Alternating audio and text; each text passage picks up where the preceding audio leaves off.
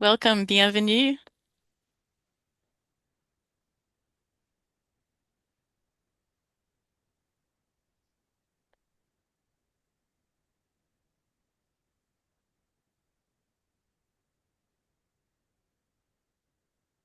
Bonjour. Bonjour tout le monde. Hello from New Brunswick. Hello, hello. We just have a couple more people coming in and we'll get started very soon. Laura, how are you doing there with the captioning? I am still trying to fix it. I'm not sure what's happened. Okay.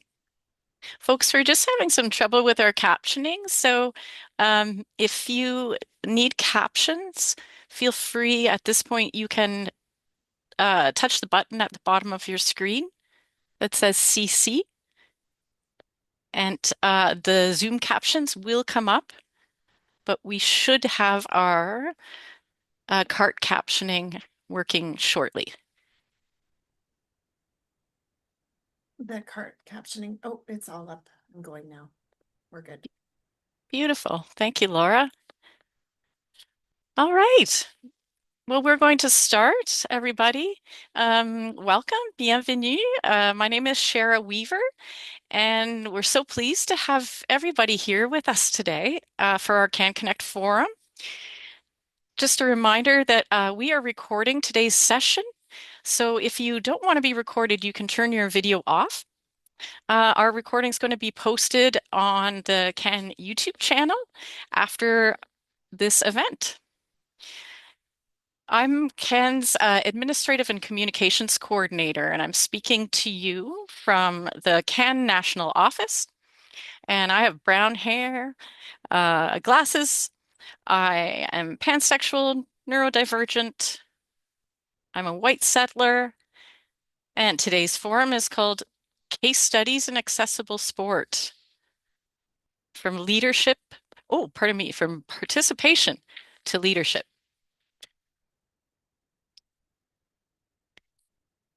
Thank you. So as we gather virtually today, we recognize that we join this meeting from many traditional and ancestral territories of Indigenous nations. These lands are home to diverse First Nations, Métis, and Inuit communities whose cultures, knowledge, and relationships continue to teach us. Being currently in Ottawa, Ontario, I'm joining you from the unceded territory today of the Anishinaabe Algonquin people. A land acknowledgement is a living statement, one that evolves alongside our understanding and carries meaning each time it's shared. It's both a reflection and commitment.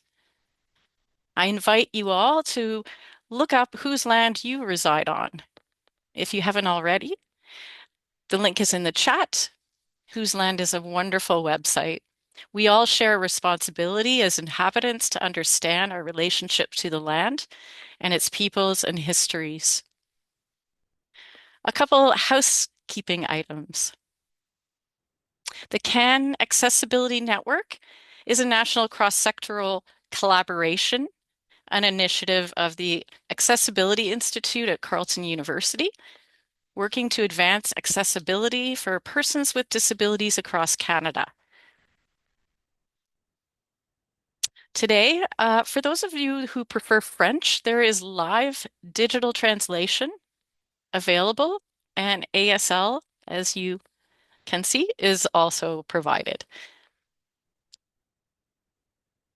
Live captioning. So English captions are available through Zoom.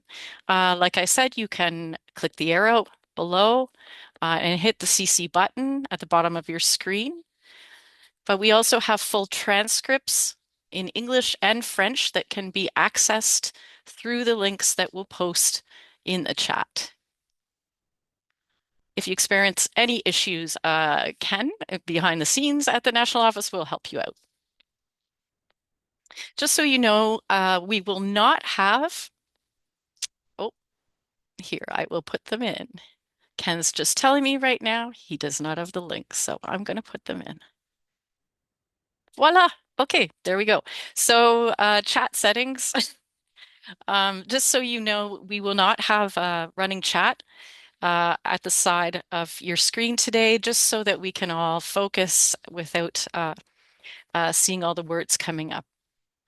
So that is it. And now I would like to welcome to you our lovely moderator, Julie Hudsonbull, and take it away, Julie.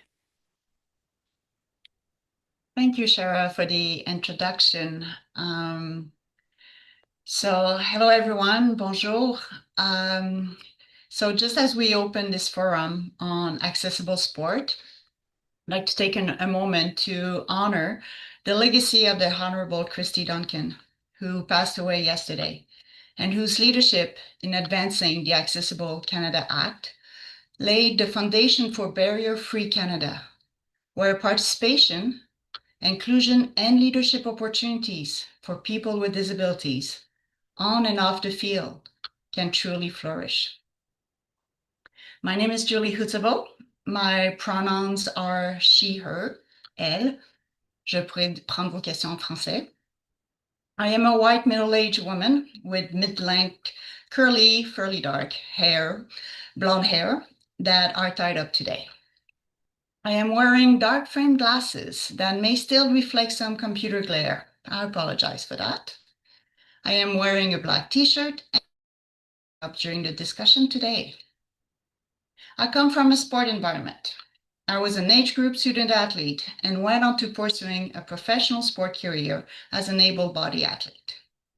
I then coached and was involved in our national sports system, including in the para sports system.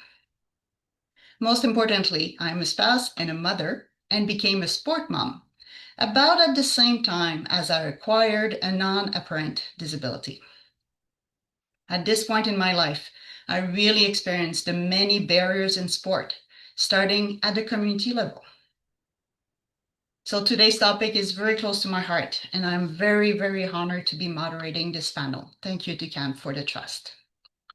And now to the panelists. I will invite Michael Jacques, to introduce himself. So hello, I'm Michael Jacques. I live in Niagara region. I'm a specialist athlete. I have autism and intellectual disability. So obviously I have visible disability. I'm 6'4". I have ginger hair and a ginger goatee, and I'm white, and I have a Blue Jays t-shirt on that's gray. I also wrote 2 books. First book is Can't Read, Can't Write. Here's my book. And I Belong, Can I Play? And it's in a nonfiction books about my life, have experiences. Because I forgot to mention it, I can't read or write. So I use assistive technology to do that. I almost, like I mentioned before, I'm a special Olympics athlete. I play basketball and baseball, and it's a great time. And author, and author, inspirational speaker, and I also do presentations as well across internationally as well. This is my executive assistant, also is my dad. He helps me out. Thank you, Michael. Thank you for being with us today, and thank you to Marcel. I will have a chance to talk with you. And now I'd like to invite Ty Christopher Young to introduce himself. Hi, everyone. Thanks so much for having me. My name is Tai Young. My pronouns are he, him, and I am a mixed race person with somewhat long hair now, slightly wavy brown hair, and hazel eyes. And I'm currently wearing a brown sweater. I am a wheelchair racer, and I'm interested in wheelchair archery. And I am currently studying media production at Toronto Metropolitan University. I'm very passionate about disability representation in the media, and I'm super excited to be here with you all today. So thanks so much for having me. Thank you, Ty, for being with us. Allison, if you want to introduce yourself. Hi, everyone. I'd like to echo what Ty said. Thank you so much for having me here today. My name is Alison Levine, and I'm joining from Montreal on the unceded territory of the Kanien'kehá:ka Nation. I'm a white female with light brown hair, blue eyes, and glasses. I'm 35 years old and am a full-time motorized wheelchair user due to a degenerative neuromuscular disorder, which started to present in late childhood. I'm a three-time Paralympian in the sport of bocce, still actively training in hopes of competing at my fourth games in LA 2028. That's amazing. Thank you, Alison, for being with us. So we'll jump right in with our first question. What does meaningful participation look like for you? So we'll start with Ty. For sure. Meaningful participation to me means making sure that everyone feels not only included, but also that they are valued contributors to the conversation and to the community. And I believe that this allows equal access for sharing ideas and the possibility to create community for all types of people.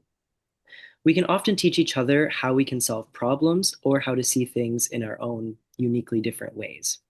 Meaningful participation to me also means that everybody gets a seat at the table and, can collectively contribute to learning from each other's own experiences and ideas to help enrich our participation and our experience. That's great. Thank you.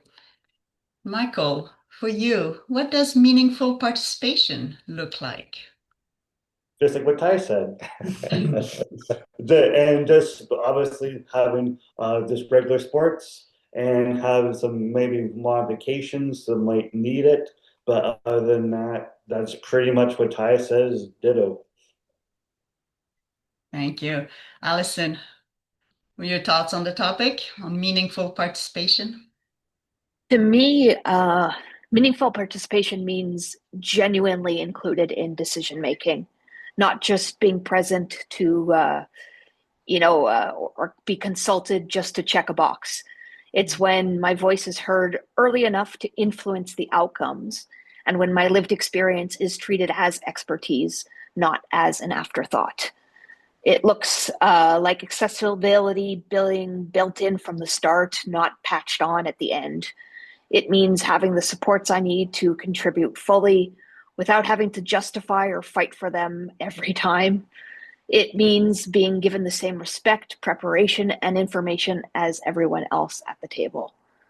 At its best, meaningful participation is collaborative.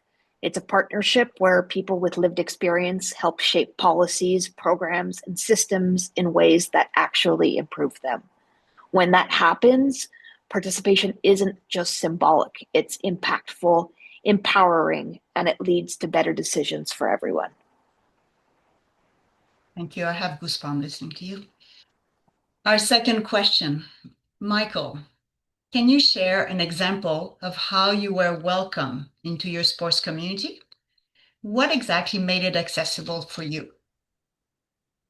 Yes, for me is I was starting when I was 13 years old for Special Olympics, and it was an awesome experience. Like we were mentioning before, it was very welcoming, and the coaches and athletes were really welcoming, and they gave me high fives or welcoming for it. But also too is that if I made a mistake, it wasn't a big deal. They say, you know what, let's try next time and let's how improve what we can do next time so it doesn't make it happen as often or if I continue things. But also too is that it just made sure that you just felt good. You wanted to be there. You enjoy it in the Special Olympics, and it helped you enjoy their sports because I like basketball and baseball, and it wasn't. It was competitive, but it wasn't over competitive. Like, oh, I don't want to be here. So that's why I really enjoyed it, and I really enjoyed sports and Special Olympics. That's great. Thank you. I'm going to go to your father for the next question. Marcel, you are a Special Olympics coach and the father of Michael. What has the experience been like for you? Being a Special Olympics coach is wonderful. We go to the games, like I help coach baseball. All the athletes really appreciate you being there, number one, because they know if the coach is not there, there's no sport. So they appreciate the time that I put into it. They are very encouraging of one another and of the coach. They will do their very, very best at any suggestions or any kind of training that we might suggest. They will do their very best and they won't give up. They love being there. They're very encouraging. You know, if somebody makes a mistake, well, better luck next time. We'll work on that together. So, you know, it's very rewarding, I guess. That's what I'm trying to say. Very rewarding to be that Special Olympics coach. And, you know, my daughter is also one. She does Michael's basketball. So it's a family thing. But yeah, I'll go. I know there's further questions about, you know, final comments about sport and coaches and stuff. So I'll leave that to the end. Thank you. Our next question. How can organizations create leadership pathways for athletes with disabilities? Sorry, moving from recreational to professional levels. Start with Allison this time. So, organizations can create leadership pathways for athletes with disabilities by being intentional at every stage of the athlete journey. Leadership development shouldn't start once someone is already successful. It should be embedded from recreational sport onward. That means identifying potential early and offering accessible opportunities to build leadership skills, such as mentorship programs, athlete councils, coaching education, and governance exposure. It also means providing the practical supports, funding, personal assistance, flexible timelines, and accessible training so athletes with disabilities can actually participate in these opportunities. Organizations also need to normalize athletes with disabilities in these leadership roles. Representation matters. When athletes with disabilities and leadership roles see people like them coaching, sitting on boards, or shaping policy, leadership becomes realistic pathways rather than an exception.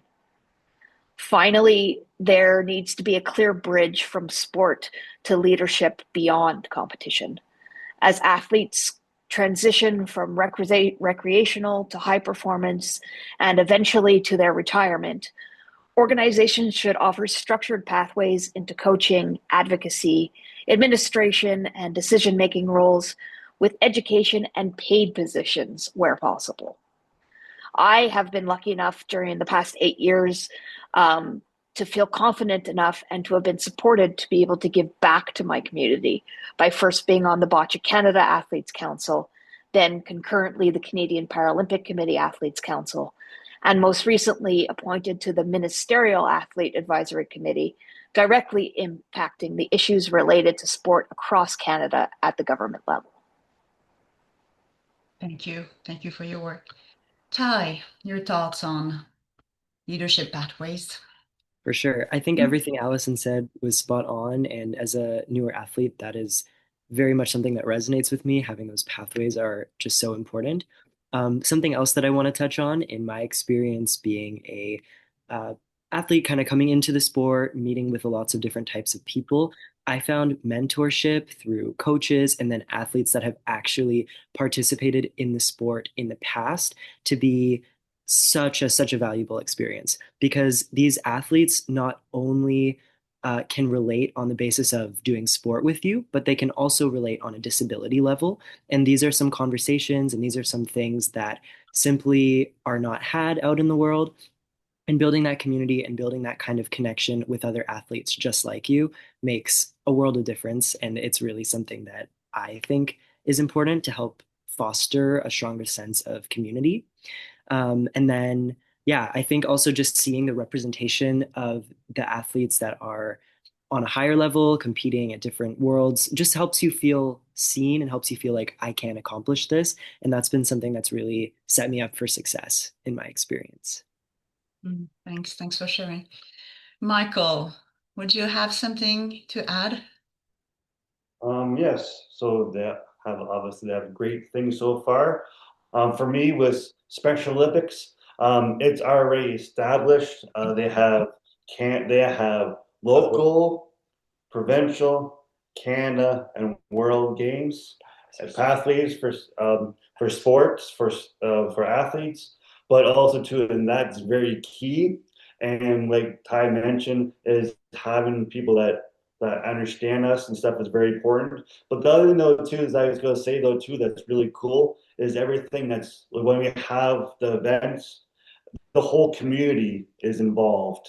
And like for anything like Sobeys or different things are it's very cool. The police, everything's like really cool. They probably like everybody else, but it's pretty cool to have that support with athletes and the community come together for one or a couple of days. And it's an amazing feeling. And that's really good. Thank Very you. important. Thank you. Our next question. What recruitment practices have you found most effective for engaging disabled athletes, para-athletes? We'll start with Ty. For sure. I think in my experience, the most effective practice was kind of the low stakes triad events. There was a ton of those that I did for a bunch of different sports, wheelchair tennis, fencing, archery, and also racing. And then once I tried racing, that stuck and put me into this whole entire new world of activity, meeting new people. And it was just like so much fun. I think sometimes the idea of competition can be a little bit intimidating to people who are especially starting out. So having the chance to just jump right in into something more low stakes and fun can really make a big difference. And then I think another thing that we could do is adding more opportunities into the first few years of school for students, which would create exposure and increase representation for some of the sports that the kids may have not even heard of or seen before. Because I know for a fact when I was younger, I didn't know about a lot of parasports, and I'm still finding out about them today. So teaching them those types of pathways in school would make a really big difference. Um, One little story that I can share was when I was in, I think, grade 4, one of my teachers brought in a bunch of basketball wheelchairs for the entire class to play wheelchair basketball with me. We all got in the chairs, we all learned it as its own sport, and it was honestly so much fun. I felt, immersed and included. And then even the skills that I had, my wheelchair skills, my wheelchair basketball skills, could translate and help teach members of my class my own experience and make me feel more integrated. So I feel as if introducing it as young as possible and showing that this is a very exciting and valid pathway would make a really big difference. All right, thank you. That's a great example. Michael, what what does recruitment practices means for you? How did it work? Yes. Just having obviously getting word of mouth. So basically, like having obviously brothers and sisters, parents always involved with Special Olympics, and there's always a great website, Special Olympics Ontario or Canada, to go and dig in, and because they have great things. Because there's lots of things like there's lots of great sports that, like Ty said, that I never thought of before, and there's lots of different sports that are can there's like single sports, there's team sports, there's winter sports, summer sports, and it just lots of different things that I never thought of as well. And thought it was pretty cool. And that's when I come with basketball and baseball. Those are two sports that I really I enjoy lots of.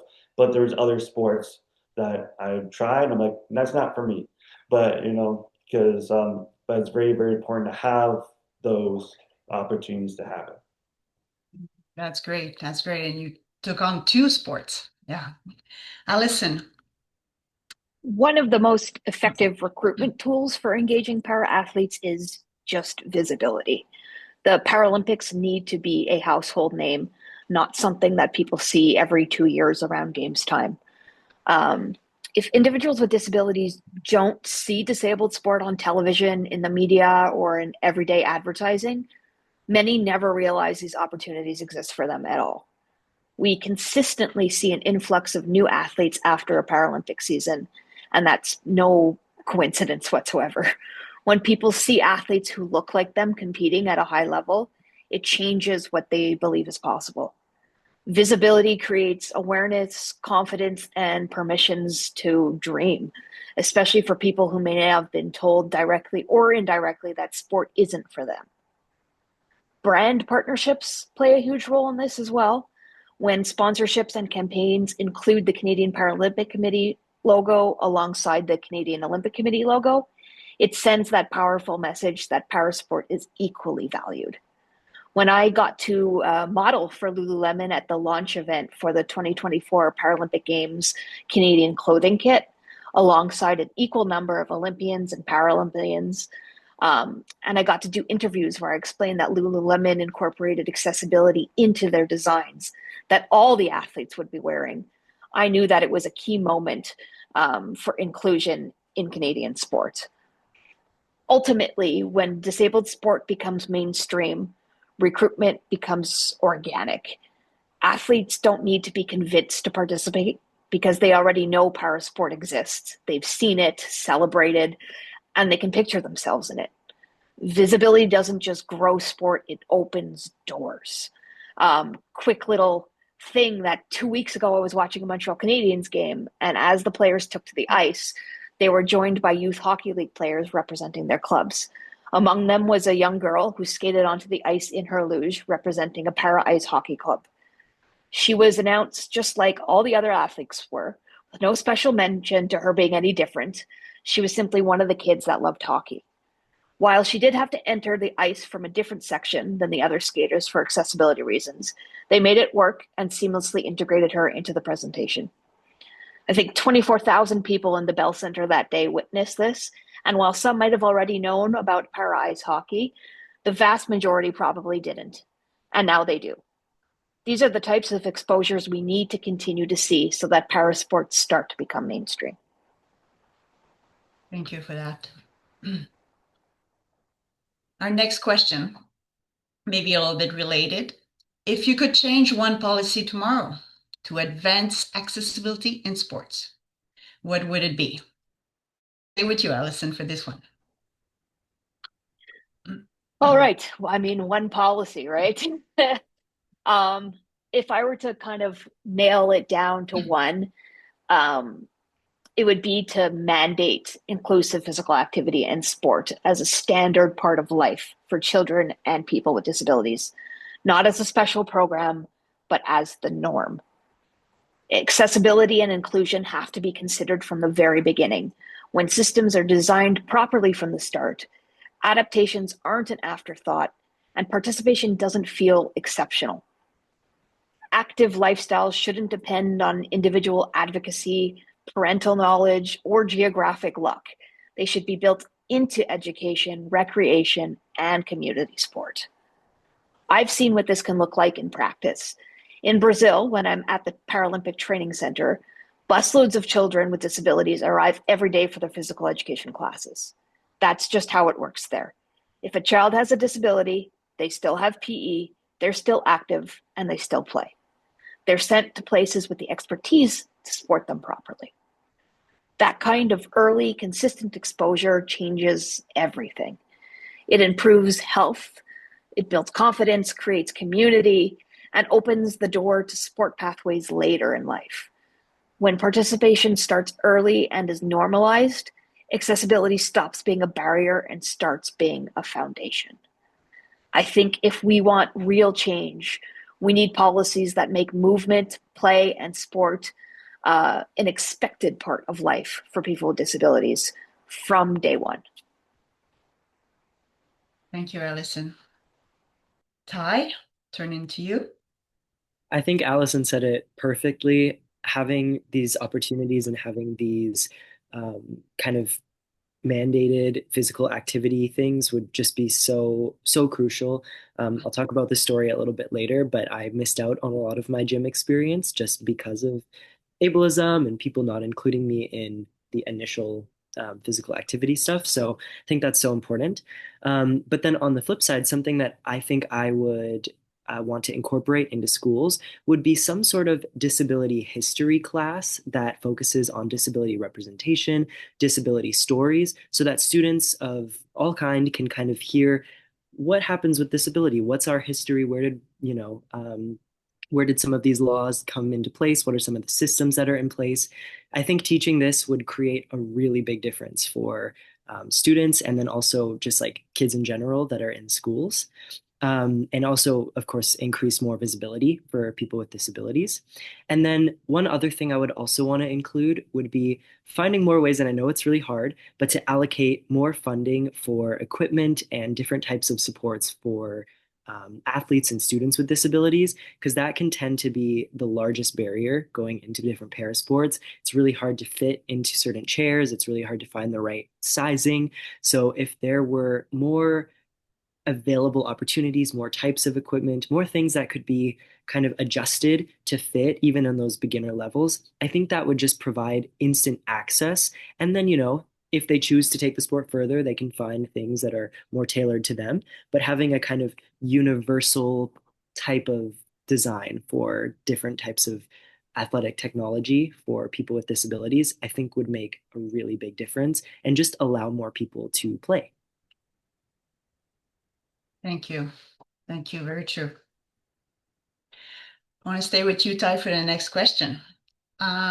So what partnerships have been most impactful in breaking down barriers in sport participation? Your experience or in general? For sure. I think finding my team was probably the most important. My teammate Lauren and Shay, they are some of my bestest friends in the world, and being able to train with them every week is so amazing. I just get to see them, get to catch up, and we get to kind of create this synergy as we're all training together. And that energy really makes me feel like I'm a part of something, like I'm ready to compete, I'm ready to have fun. And I think that feeling included and feeling a part of the game is really something that helps break down the mental barriers of sport participation.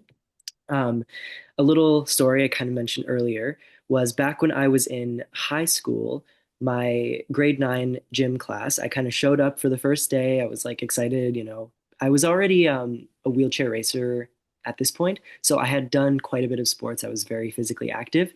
But my gym teacher was actually just like, oh, we didn't get your IEP. Like, you shouldn't be in this class. I don't think we're going to make it work. And then just kind of instantly started listing off a bunch of sports that they would do that I couldn't do. Like, this was all the first day.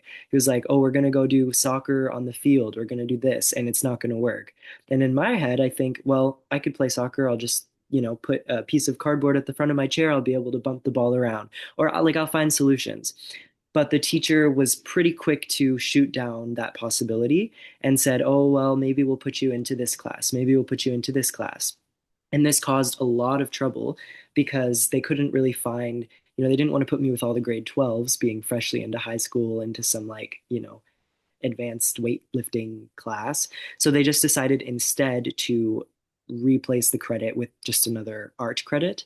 And that obviously made me miss out on my entire, health education and physical education throughout high school, solely on the fact that I used a wheelchair and they weren't willing to create that accommodation.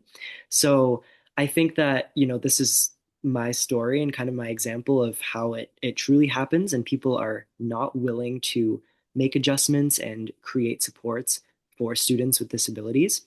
But on the flip side, once you end up meeting those people that can make the difference, so meeting my coach Lisa, meeting my teammates, I was able to find the way that works for me based on my disability. And it wasn't even a question if I could do the sport or not. It was just I was a part of the team, and we're going to figure out what's the best way to follow this pathway.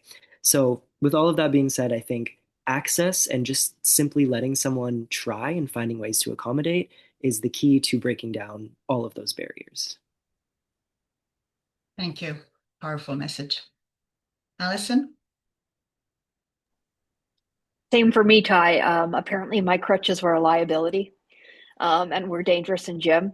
So the only sport I was allowed to participate was when we would do indoor floor hockey, and I was allowed to be goalie by playing on my knees.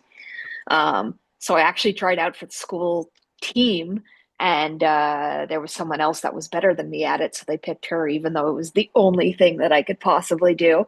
So that was a great day. um, yeah, I think one of the organizations in Montreal, which is incredible, is CIVA Centre Intégration La Vie Active.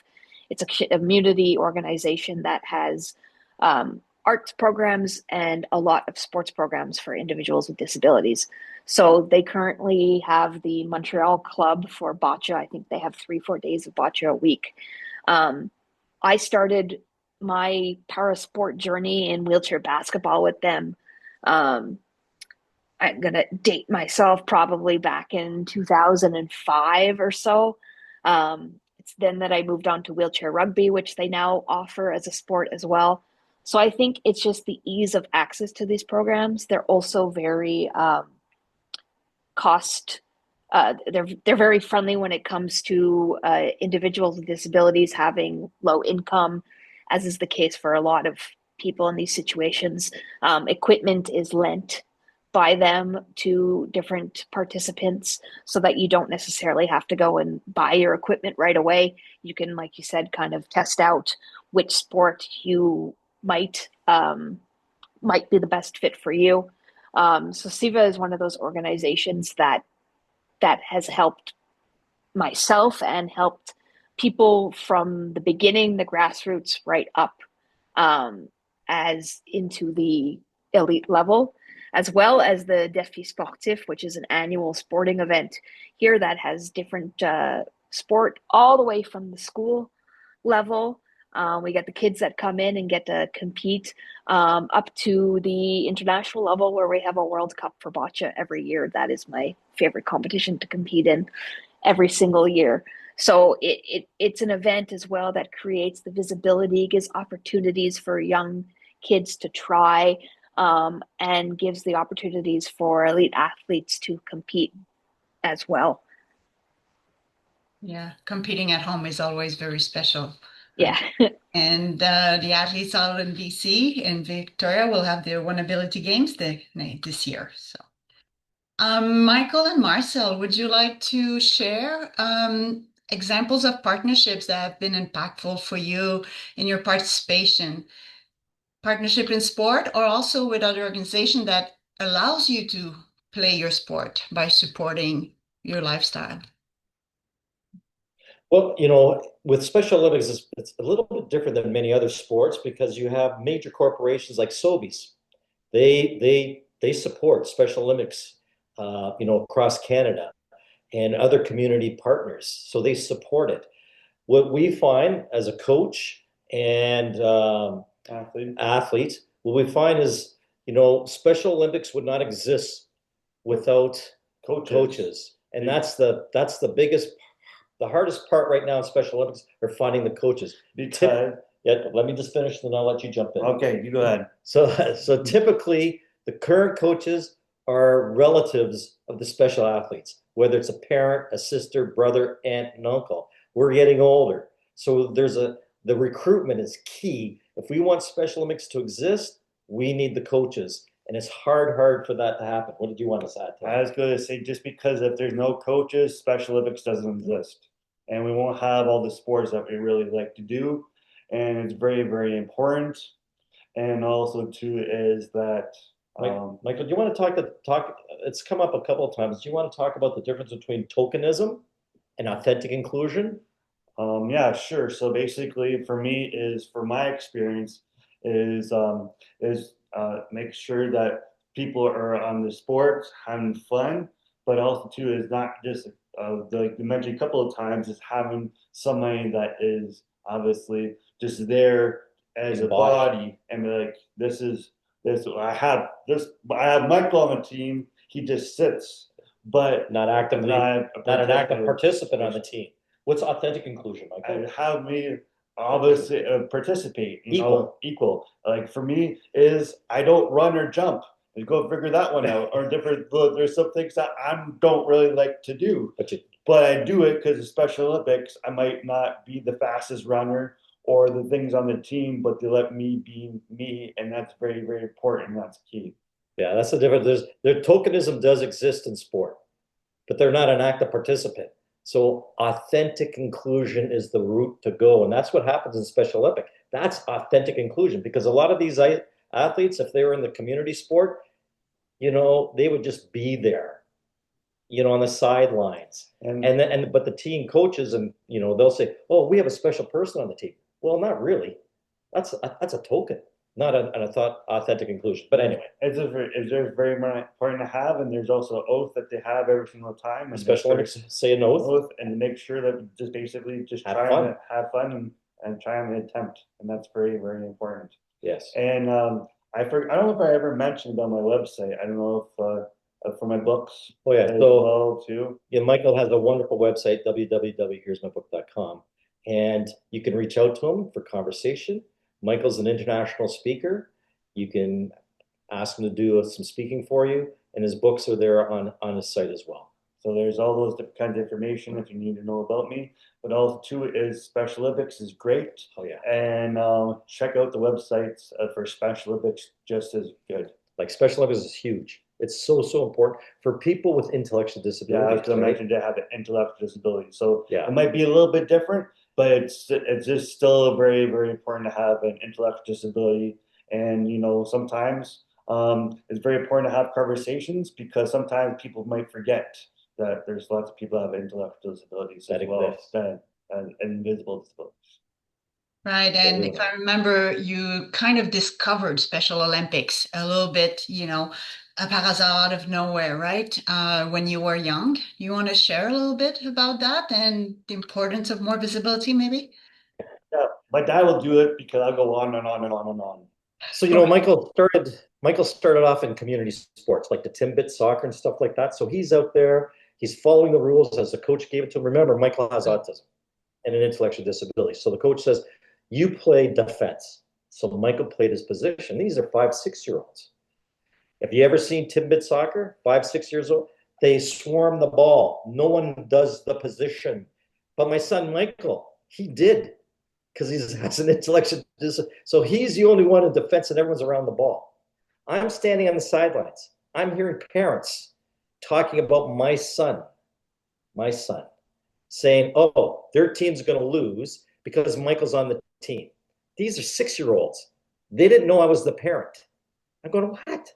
Seriously? Timbit soccer, and you're concerned that my son's on the team because he has autism and intellectual disability? And by the way, he's the only one in his playing his position. And then, so if the parents are talking like that, they're talking like that in front of their kids. And so the kids are going to be talking about it, about my son.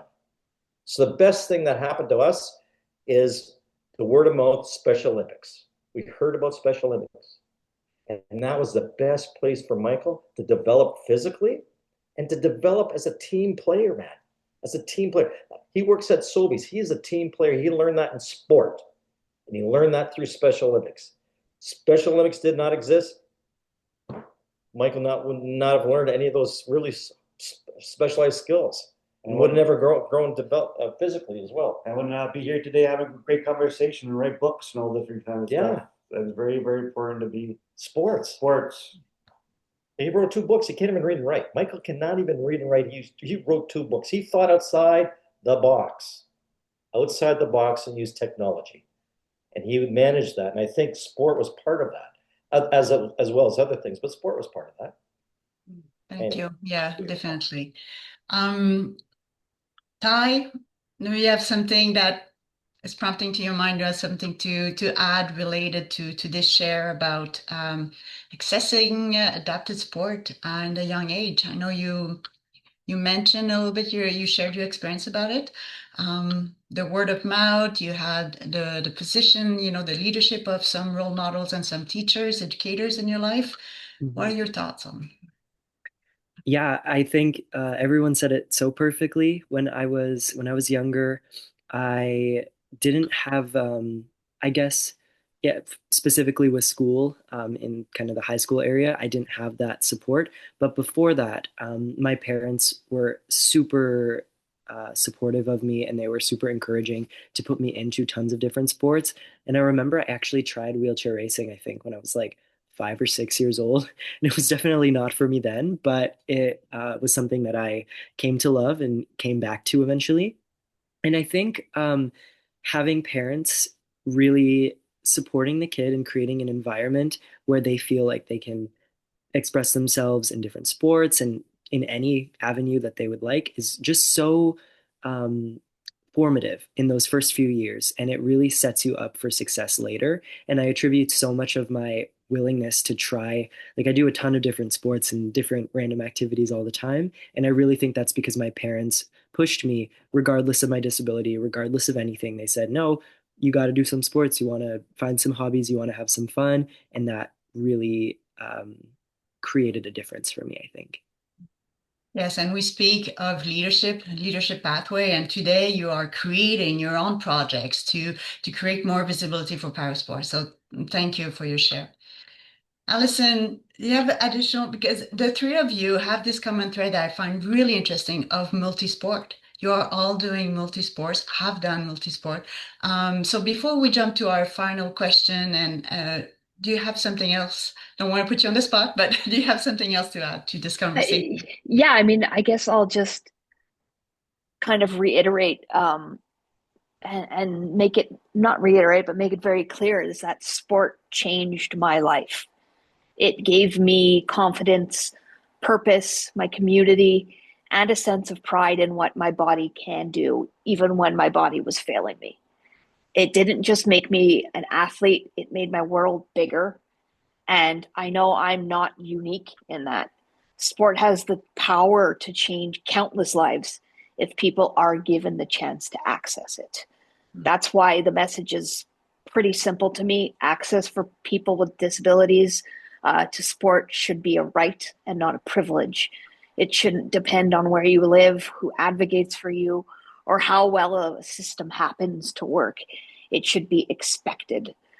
But that only happens if we create an accessible world, one where inclusion is designed from the start, where barriers aren't constantly being patched over, and where people with disabilities are seen as participants, competitors, and leaders. If we get that right, sport doesn't just change individual lives, it changes communities, systems, and it changes what we believe is possible. Thank you. Great words. We have time for a bit of another roundtable. Michael, Ty, is there something else that you would like to share? I would love to just throw in a quick point here. I think that in terms of trying new sports, whether you have a disability or whether you don't, there will always be some types of barriers in the way. There'll be things that you have to figure out. But I truly, truly believe that everyone is capable of participating in sport, having fun, trying different activities, if you are willing to be creative and kind of find a way to make it work. I think so many of my experiences have been able to happen, mainly because my network has been so supportive of me, but also because every time I, want to try something new, I want to put in my best foot forward and try my best to figure out how can I make this work for me, and how can, my community support me, and how can I support others as well. And I think that's something that I hope people can take away from today. It's that there's always a way to do things. You just sometimes have to think a little bit outside of the box. So true. For me, I'm pretty good. Just basically for me, it would be just the coaches. Coaches really need to get more coaches because we don't have any sports and things I really like to do. We won't have it if we didn't have coaches. And Special, like he's referring to Special Olympics, obviously. Like Special Olympics only exist because of coaches. I'm telling you right now. And the athletes need those Special Olympic coaches or helpers, assistant coach, whatever. We need coaches in Special Olympics. And they just think just because they might not know it really well or different things, Oh yeah, they don't want to volunteer. Well, trust me, you're very easy to be a coach. It's yeah. very easy, not really that hard. I think what Michael's trying to suggest is the skill set for a coach, especially for Special Olympic athletes at the lower level, like the regional. You don't need a high skill set. Now, if you're going to go to the provincial games, the Canada games, or the world games, then obviously you need the skill to coach those athletes. And there's a requirement they have to take courses as well. But at the ground level, they just need bodies, and they need their people who are willing to give that time. It's not a lot of time. So from us, we need Special Olympic coaches and assistant coaches and helpers, man. That's the biggest part, especially. The biggest key. Yeah. Thank you. Thank you very much. You've all got involved into sport, community level, provincial, national, international, and now, you're true leaders into your own sport, into your own silos of industry and ways of being leaders. So thank you for what you do. Thank you for the longevity in sport to continue to reinventing yourselves and contribute and advocate for accessible sport. And thank you for being with us here today, sharing your experience. Thank you to everyone attending. And now I will turn it to Shara oh no, we have questions now and comments from our panelists. So is anyone ready to unmute, or Shara, you going to do the questions? Sure, sure. This is such a great conversation. Thank you. Thanks, Ty, Allison, and Michael and Marcel.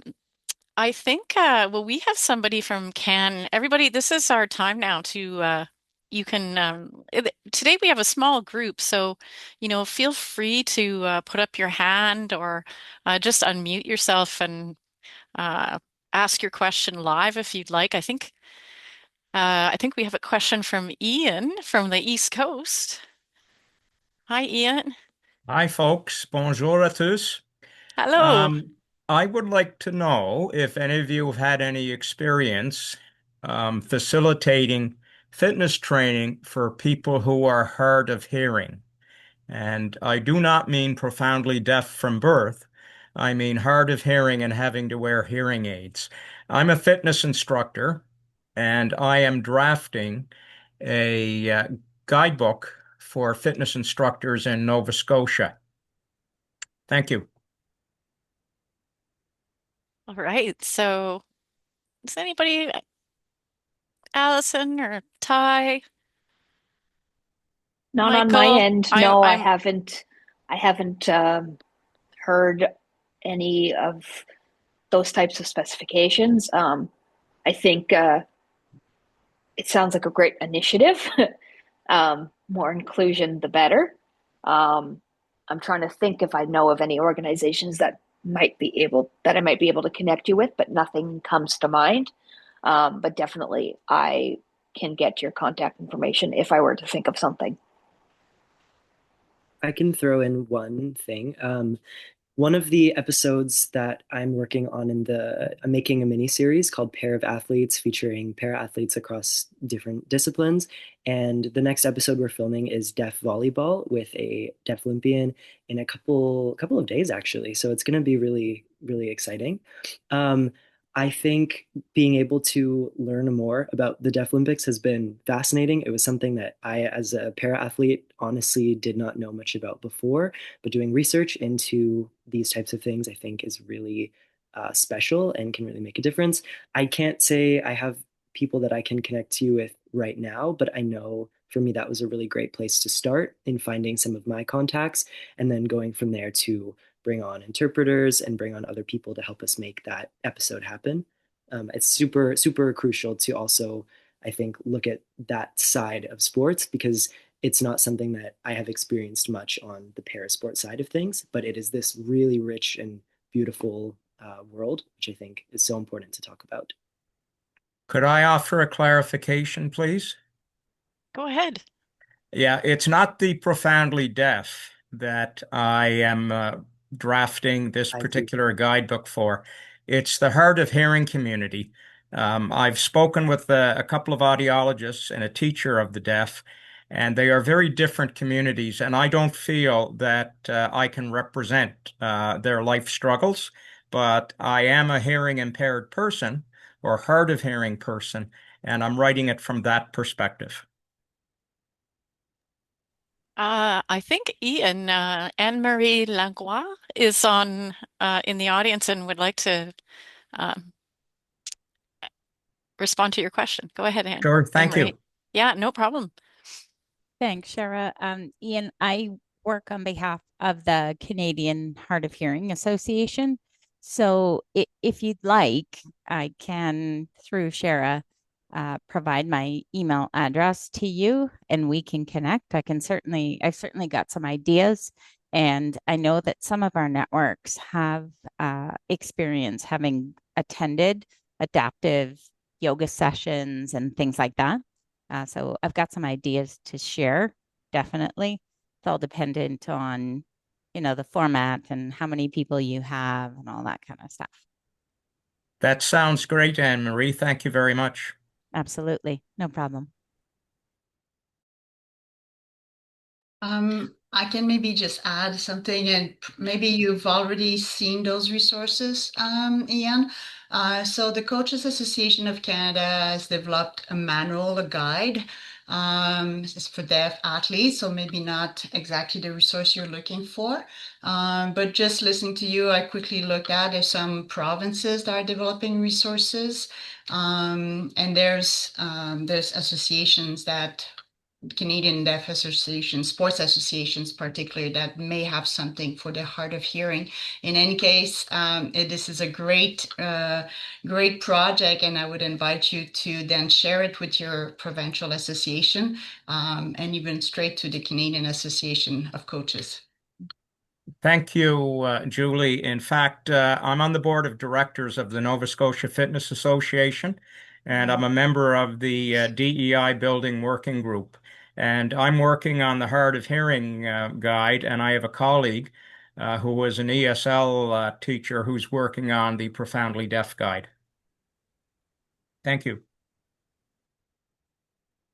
Thank you, merci. I think, yeah, in the chat we have nothing for us without us, including Community's Key Great Initiative. In the chat, thank you, Anne Marie, for your email address in the chat. And Caitlin Massey has put in a link. And I believe Caitlin wanted to ask a question as well. Do you want to go ahead, Caitlin? Yes.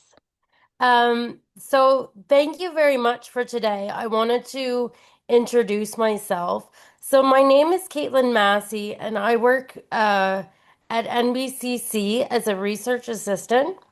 I have cerebral palsy and a nonverbal learning disability. So when I went to school, I was the only one in my high school in a wheelchair. So adapting sports, I can relate to Thai very well. Uh, they just said, you don't need to go to gym. And I said, are you kidding me?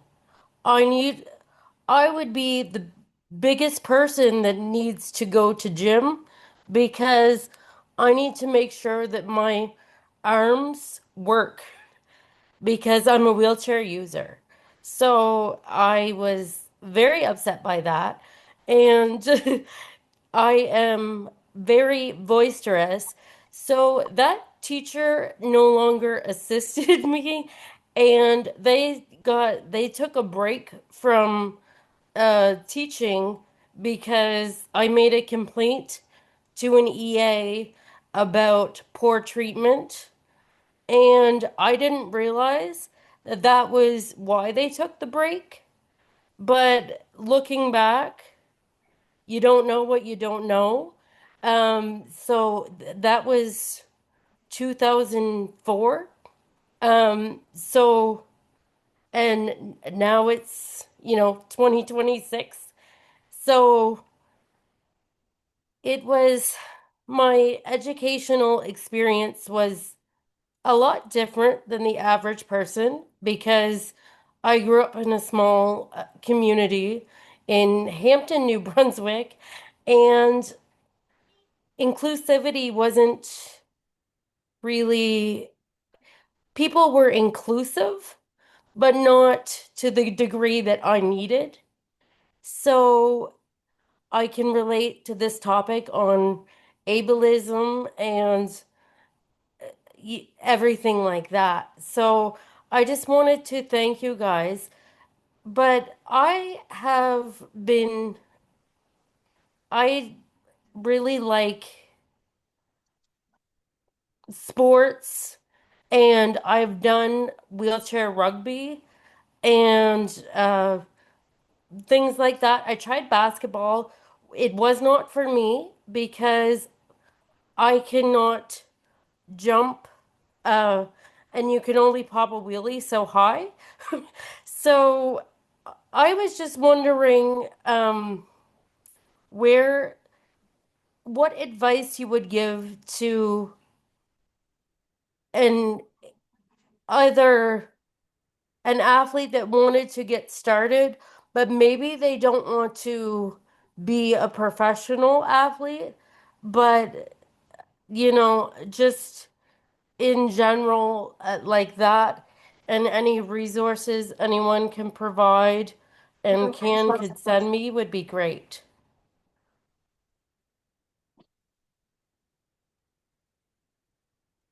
Does anyone want to respond to that? I would say if you already have an Yeah. idea of which sport, if you go on the Canadian Paralympic Committee's site and go to that sport, it will show you the provincial organizations. So whichever province you're in, you would find the provincial organization, which will lead you then to their website and show you which programs they offer. And it'll normally then link you to different clubs in your city and whatnot. So, for example, if you were interested in trying bocce, you would go on the Canadian Paralympic Committee site. You'd click bocce. Then you would click like find a club. You would click in my case, I would click Quebec because I'm in Montreal. And then it would take me to the Quebec Bocce Association. I would then click find a club and I would put in that I'm in Montreal, and SIVA, the organization I spoke about, would pop up as my club to contact. So Canadian Paralympic Committee definitely, everyone there as well is very helpful. If you were to just send an email to the info number being like, hey, I live in this city, what parasport opportunities are available for me, someone will for sure answer you. Thank you. My pleasure.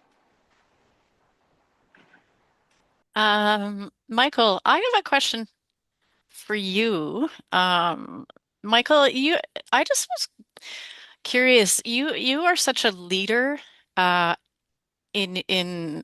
for the Special Olympics community, and you've shown your leadership so much through your book writing. I know you've given portions of the money that's come in from your book to Special Olympics, like that philanthropy that you have done, which is like giving money back to the organization that gave you gifts, um, have made you so much of a leader. And I'm just curious, were you born that way? Or was there somebody, or was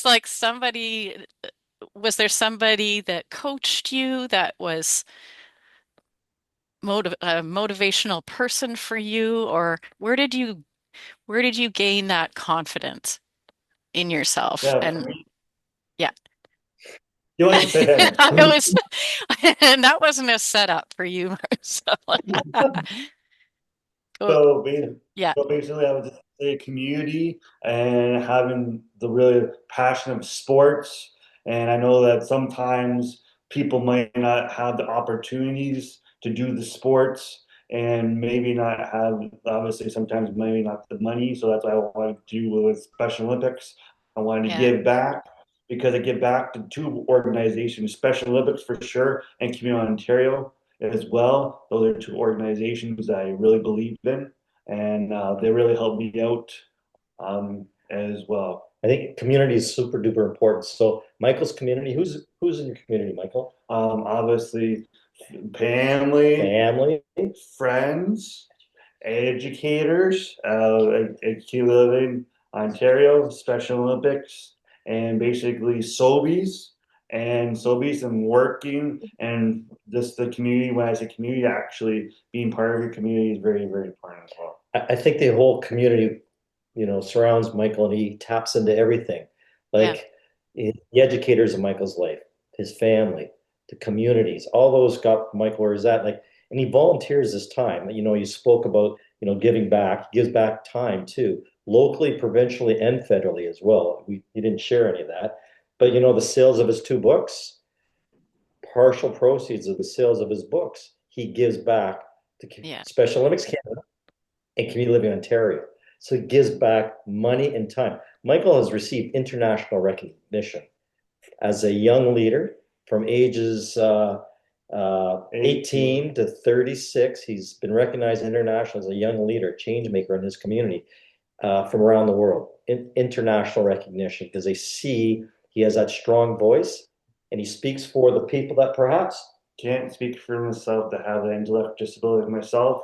And it's I'm a very modest person. You can check out the website. I have lots of different kind of experiences. Like I'm 33 years old, 34. I forgot 34, but I have lots of different kind of experiences that I have. Lots of experiences for Special Olympics, but being part of a community and so just one quick. My, So Michael's how many times been to the can I provincial games? Oh, Marcel, can I just jump in and say, Michael, like, I guess what I'm trying to say is, like, did you have a basketball player or a baseball player that really inspired you to be like, hey, I wanna do this and I wanna jump in. Like, do you have role models for like in sports?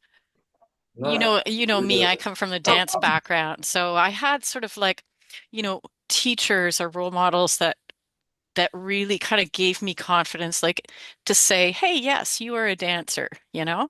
Did you have those kind of, no. To be honest with you, no. So that's why probably I wanted to do it because okay, okay, lots of things I okay, do is because there wasn't any role models or things that really want to okay. stand out. And I want to make sure that other people are like myself that maybe like, you know what, maybe someday maybe I want to be like Michael sort of deal. I don't, it's not like a brag or anything else, but it's just basically I wanted to show lots of different things that I want to be a role model then because there is not a lot of role models like me. so Michael, you've Interesting. been Interesting answer. That's great. Thank you. I went Sorry. to provincials 4 times for basketball and first time for baseball. So I did it 5 times. I got silver and bronze. provincial games and Special Olympics. Amazing. I think we have another question here from Caitlin. What assistive technology did you use to write your book, Michael? I use my iPad and speech to text technology. So obviously it was a free app and it was not perfect. So when lots of different, I kind of make fun of myself. I have a speech impediment, so words come out incorrectly. So I said dessert and kind of desert. One was sand, the other one was donuts. So there's lots of different kind of things that didn't really work for me in that sense. But I use that technology because I know how to do it to be independent. So obviously there's great things, but technology, but that works out for me. So he just spoke into his iPad. That's what he did. He can't read it, so he'd have Siri play it back to him. Speak and listen. You know, it took Michael 5 years to write his first book. Just let me point that out. 5 years to write his first book, doing a daily journal. Never gave up. Think about that. Never giving up. 5 years to write that book. Doing it his way. Speak, listen, speak, listen, speak, listen. Never gave up, man. I think I have just one more. Julie has some questions that a question that she wanted to ask, but Ty and Allison, I was wondering,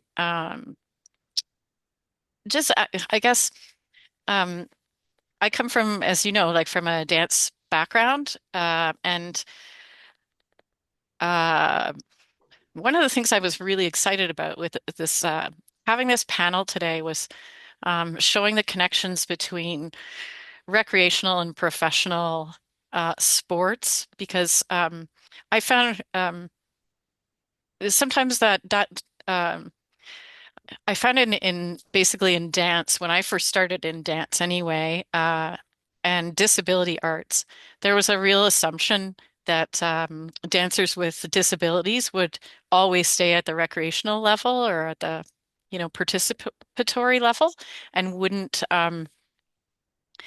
there weren't those pathways to becoming professional.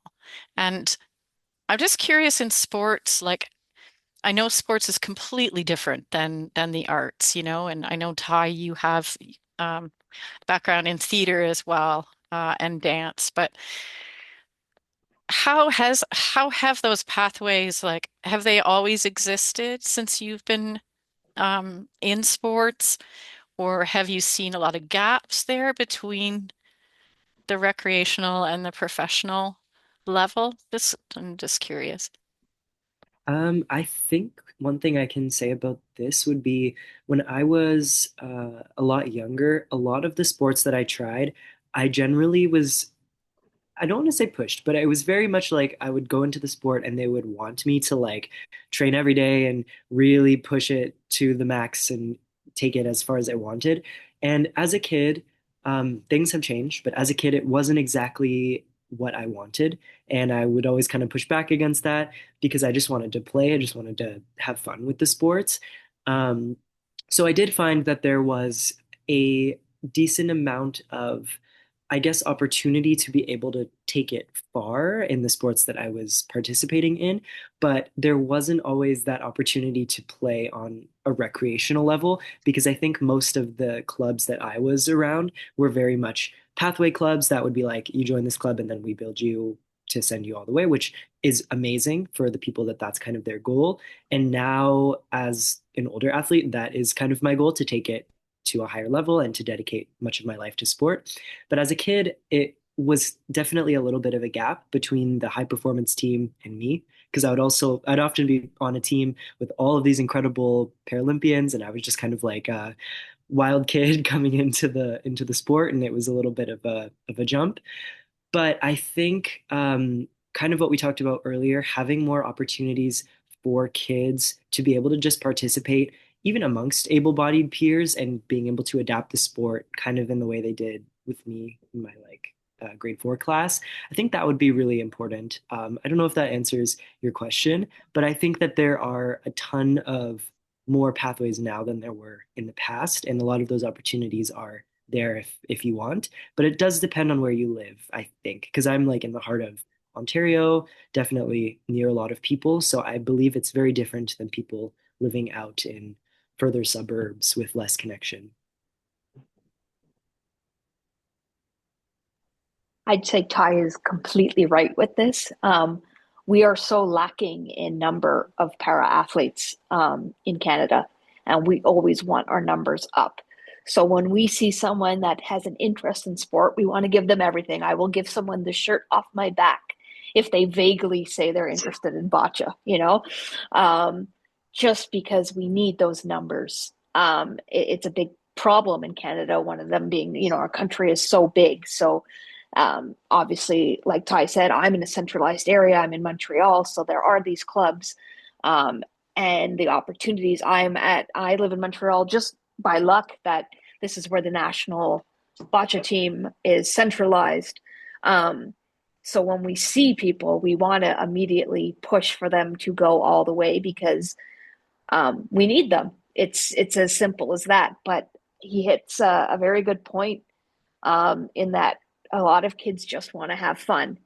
So when they're introduced to power sport and they're having fun, um, you know, we have to try not to go overboard and, you know, make it that you can tell though, some kids you could tell that this is one that wants to go all in right away and you can maybe push them. And then there's others that are just happy to be at the gym and to bounce a ball, which is great, too. And I think we need more opportunities like that, that is more play focused than elite focused. Really cool, quick story is with the Défi Sportif, we had this girl who would play in her school bocce every year. They would come to the Défi Sportif. And I remember seeing her competing. I say competing because it was a competition, but it was school sport. It was very much Timbits hockey, but bocce style. And I remember seeing her, and she won a few medals, and then she grew up and went to high school and started university. And then we got a call about 3 years ago. She was now a university student studying psychology and remembered fondly her times of playing bocce in school. I wanted to know if there was opportunity for her to get back into it. So we might have gone a little bit overboard in that we were like, okay, she has previous bocce knowledge, she's an athlete, she's a student, so she's, her brain is working well. Let's get her in. We might have taken her under our wing a little bit. Not to take credit for anything, but this year she's been selected to the national team for the first time. So I think that pathway there of Yeah. kids being exposed to sport and then later on remembering back those times, the fun that they had, and deciding to take it to the next level is I don't know, it just gives me all the warm feelings. Thanks so much, Allison. Thank you. Julie, did you have anything you wanted to add to that? Um, where to start? I just want to make sure there was no other questions. Yeah. Saw a raised hand a little quickly, but seems to have disappeared. No. No. How, and Allison and Michael and Ty, how many hours do you train, say, every 2 weeks? That's another question that I'd say on weekly, for things bocce related, it's 32 hours a week on average, wow. Wow. depending the Okay, season, high competition season time or less competition season time. It's about 32 hours. Yeah. that's amazing. That's amazing. How about you, Ty?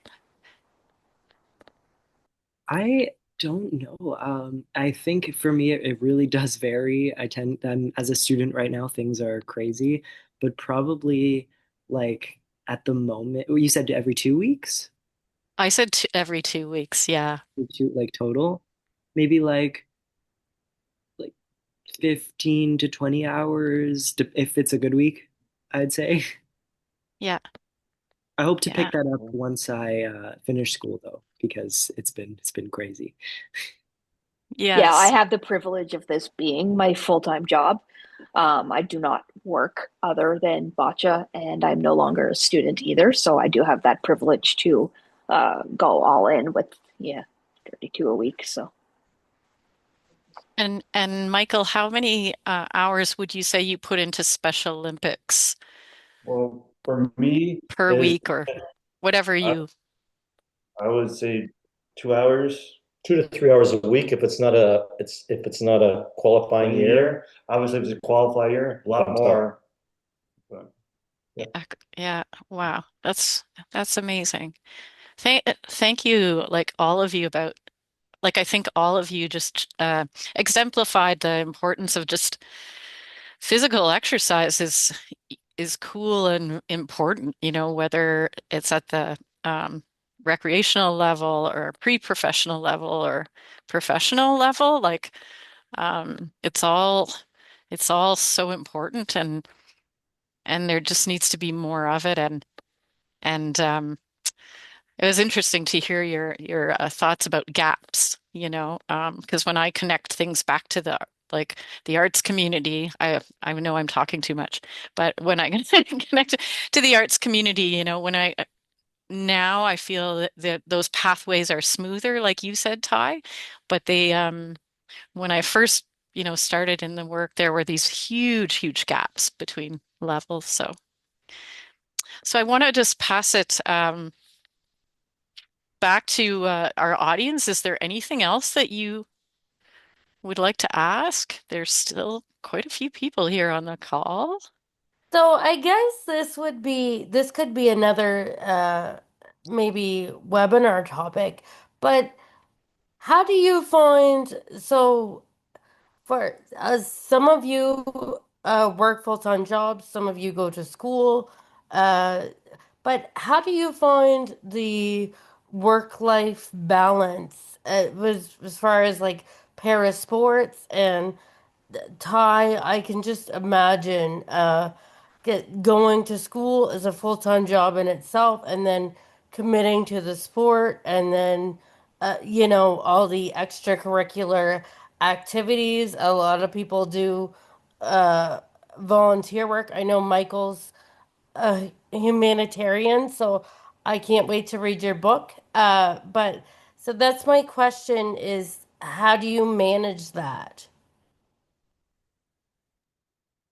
I can speak to this. I would say it isn't always pretty, to be completely honest. It's definitely challenging. It's about finding the time to, I mean, for me, the sport in itself is my time to kind of, I wouldn't say relax, but it's like my time to really build up my day. If I start my day with the training, it sets me up for like a more productive and more honestly successful day, I find, because you get heart rate going, you get training done like early, but then other times it's in the night and you're tired and maybe it's not as effective. But I think for me, I just try to go as much as I possibly can and that I have capacity for to allow myself to keep up the skills that I have. And then by the time that I finish school, which should be around December this year, I'll be able to really ramp up my training to a more consistent and effective level.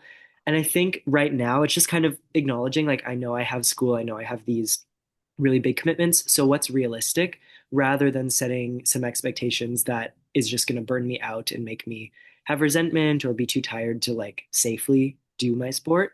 So I think just going through the cycles of whatever routines you might have in your other commitments and then trying your best to fit in sport where possible. And then as soon as you're able to like grow that, I think that that's when you really start to see the differences happen.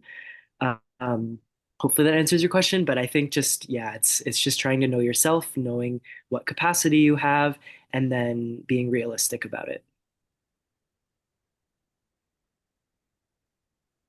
So I've had to learn how to rein it in, actually, in that if you asked me 6 years ago, what do I do? I say bocce, and they say no, but for fun, and I say bocce, and they say, well, when you're relaxing, and I say I don't relax, I'm thinking of bocce.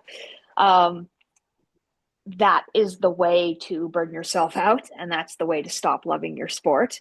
Um, to learn the importance of that. I'm Allison, an athlete, but I'm not just an athlete.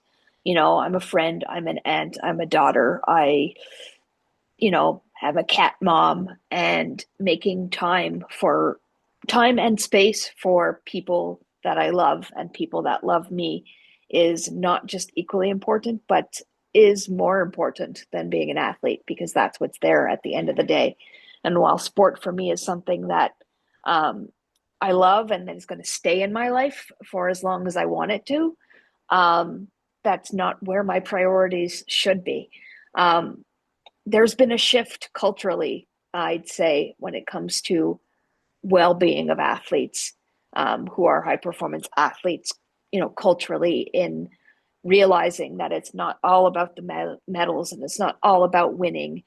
It's about being a well-rounded, good person.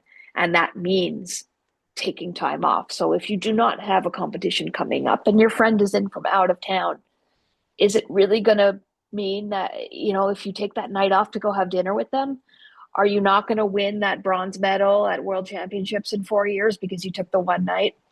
Come on. As long as you know that your dedication is still there and that when you are training, you're giving it your 100%, um, coaches are being a lot more susceptible, a lot more open to allowing you to take those times off and liking it when you start changing your roles. For me, is just basically find the balance. I got my executive assistant, my dad. He just kind of shows me or tells me where to go, and I just go. That's the way it is. Like, for me, finding the balance, like I say, is like it's basically just like it's me time. When I play basketball, baseball, it's me time, hanging out with my friends, and and just I don't have to worry about anything else, and that's very important as well. And being his executive assistant, it's really all about balance, right? Family, friends, sport, the work that he does, just finding that balance, make it work. That's really great to hear from all three of you that there is more focus on balance now. You know, yeah. We all know like the ableist aesthetics and sort of expectations and, in sports or in the arts, like it just, you gotta practice, practice, practice until you get injured and it's great to hear that that's starting to shift. and those sort of dinosaur ways of working are being left behind a little bit. We hope that's good. Julie, do you have have you noticed that like in your own training, like that there's more of a influence on balance now, or Right, absolutely. If I speak as an athlete, so for me, I did 10 years in age group and then 10 years in another sport in my 20s. So it's something that I learned, the time management, I guess, without really realizing it. However, it's when I had my accident and went through 6 years of rehab that my athletic years came as the most useful because I welcome, if I can say that, the rehab as a training program.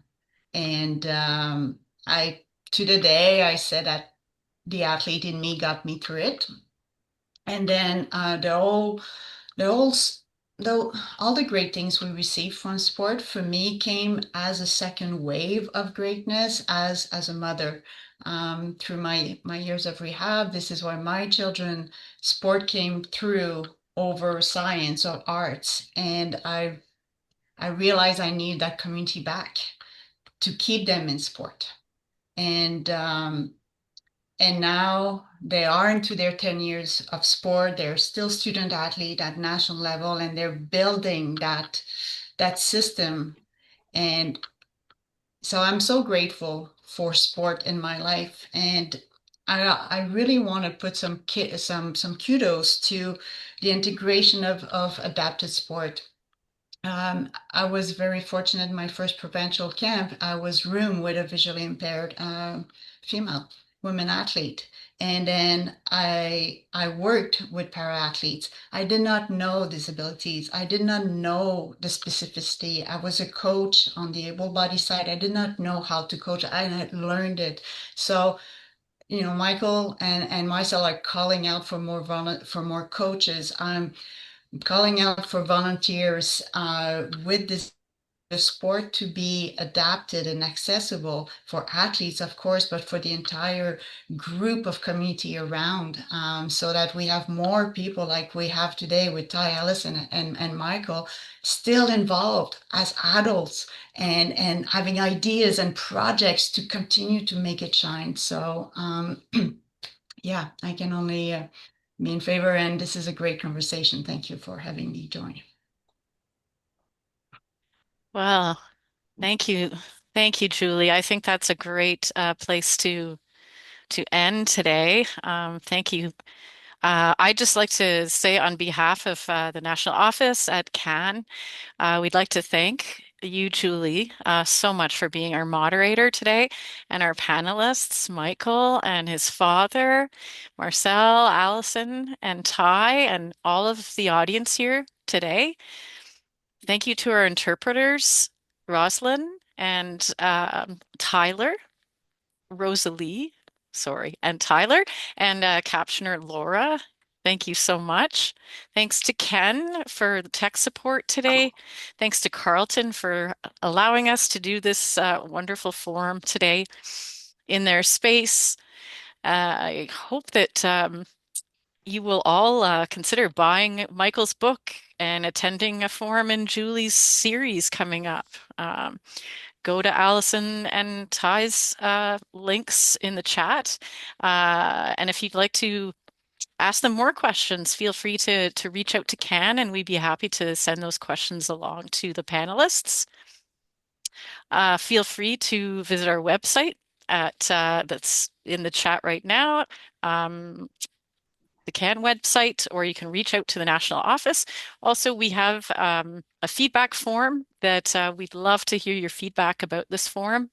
If you'd like to fill that out, your responses are taken really seriously, and we will use your answers to continue on with forums in the future and make them even better than they are. So our next CAN Connect forum is taking place on Tuesday, March 3rd.